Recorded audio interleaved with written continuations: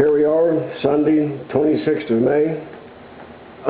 We're getting into this efflorescence. What I've done here is I've literally scraped the whole wall and wire brushed the whole wall to break anything that was free.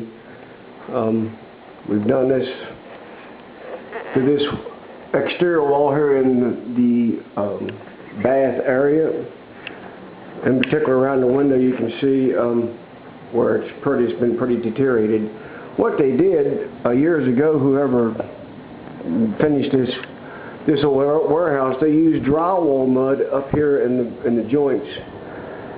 And I think it's a combination of efflorescence and that being activated once the moisture hit it, and it really just blistered. Everything just blistered around the whole area. I've dug out anything that's loose, and what I'll do, I'll come back up in here with a soft mix, a sand mix, mortar, and I'll fill these discrepancies here in with respect to the outside wall that I'll caulk and use elasto patch or whatever else I deem necessary before I prime it.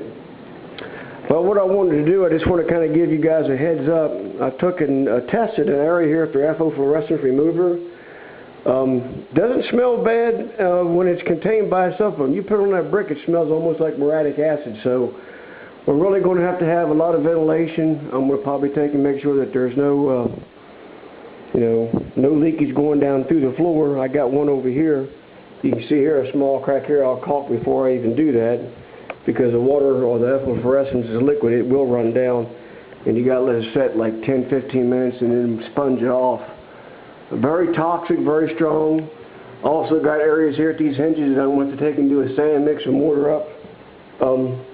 And I also probed today this exterior wall, and you see here at the bottom, even in this corner right here, and this is internal to the elevator room, is that the efflorescence and the deterioration carries on in here.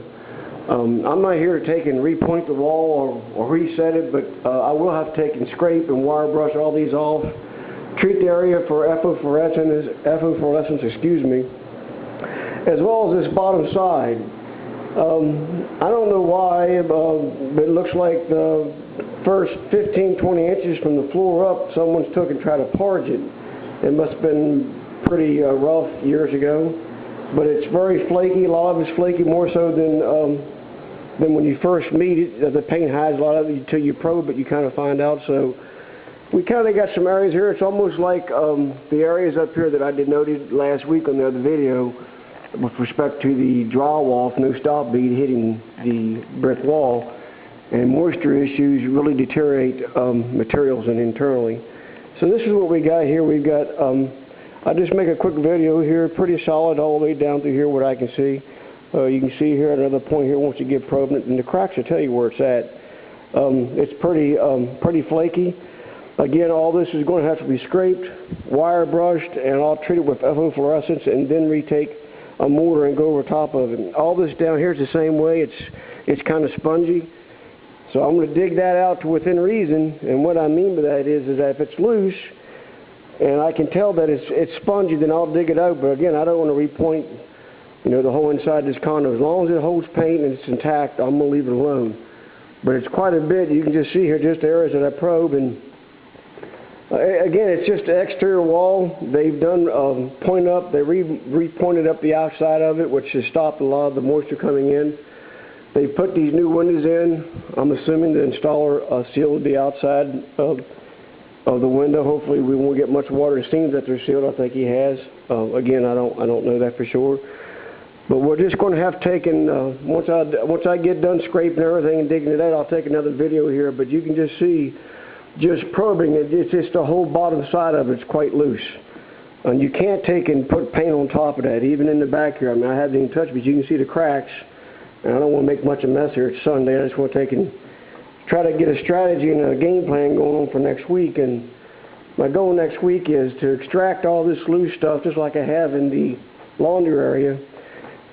Get it scraped, get it wire brushed down, and get it treated. And hopefully, if I can get it patched and primed, that'll turn me at least to prep the rest of the condo for paint, which is that in of itself is quite a task. But in any case, you can see here this wall here in particular is really bad. It's really loose. Again, I don't want to take and make too much of a mess. This is on a Sunday, and this is just probing, and you can just see how easily it fell down here. So just document that. Again, once we take and scrape it, wire brush it, and use the efflorescence to extract any efflorescence that's still in the joints. I'll then take I have what they call a topping cement. It's all sand, there's no rock, it's just a nice smooth cement. And I'll take and refloat all this, dress up the best that I can, and then we'll prime everything to include this back wall here that I'm working on. That's quite a bit of repair, but in this particular case, with this outside wall being brick, you have to do that. You really have to, or your paint job's just not going to hold up, especially down there at the bottom side. If there's any moisture, it's always going to go down to the bottom. But it seems pretty well intact. I've inspected all this up here, even where the water damage is at. This past winter we had water coming in here, and I don't think it was a leak on the roof. I watched the roof when it gets 40, 45 degree days and the snow was melting. I didn't never note any leak when I was doing these window frames. But what I do suspect that it's probably a condensation issue, and that the internal brick sweats. I don't know if there's any insulation up in these walls, but condensation happens when you have an extreme of one temperature to the other. And I suspect that's pretty much what's going on. The heat in this unit rises in the wintertime. That's pretty warm up there, and then you got the outside that's freezing, and you got a sweat issue here. We have sealed it and caulked it. Hopefully it will hold, and maybe even insulate it from the heat bypassing the drywall, which creates the condensation more so versus if it's sealed. Meaning that when the cracks are up here where I'm telling you a good quarter, some areas 3/8, and they heat bypassed and those cracks are one straight up where the cold area was above the ceiling, and you had a great condensation issue there, a pretty large one. So maybe the very fact that it's been sealed and that stops the heat from bypassing, it might help insulate it and stop the condensation issue we'll see. But here, just again, it's Sunday, the 26th of May, and we're just getting into this wall prep here. And this was a pretty tough job in here, but we got all the loose stuff, as you can see, scraped, wire brushed down, quite a bit of debris. And again, I did a test area here today. I'm not looking for a whole lot of miracles with the efflorescence remover, but the ideal here is that the efflorescence that was there has pretty much contaminated the seal of the paints, and anywhere you see where the paint was blistered, what you can see is a whole wall here. I've scraped the wire brush. This is the avenue of approach from the outside with the efflorescence. It has, again, the outside has been pointed up and it's been sealed now, so the ideal is anywhere that I can touch with the efflorescence remover should cure it. And we also got, for this particular wall, we got some special primer. It's a much heavier primer, but it's noted for its peel stop. And most of these primers, I will tell people here that if you really want to know a really nice secret, being that it took the lead and stuff out of paint many, many years ago, the thing that I found in my experiences is that the paints, latex, that have a higher content of acrylic, and acrylic is a bonding compound, and it gets hard. But you can see here when you look at the acrylic Condo primer, it says proprietary. They used to have the percentage of that marked. A lot of these now it's the painter's manufacturer's secret of exactly what they do and how they do it. But this primer here, I've never used it now. It says 3 times thicker, triple thick, high building binding primer. It specifically states this for binding. Stop peeling paint, creates a smoother finish, seals weathered surfaces, which is what we have. Outstanding flexibility that you want that, and dries white, top coat in 2 hours. So this is what we're going to use on all the brick repairs. I got 2 gallons over here.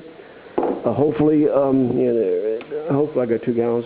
Hopefully that will take and resolve it. And we'll see. My first initial game plan was also once I removed all the efflorescence, I wanted to seal the brick with Thompson's water seal, but I was reading yesterday, it does seal efflorescence when I researched it on the web, but when I looked in here about painting over top of it, it says here allow 45 days drying time, and that's just not going to work for us, so that's a no-go. Hopefully the primer will seal things, and that the fact that the outside has been recently done with respect to the joints being pointed up.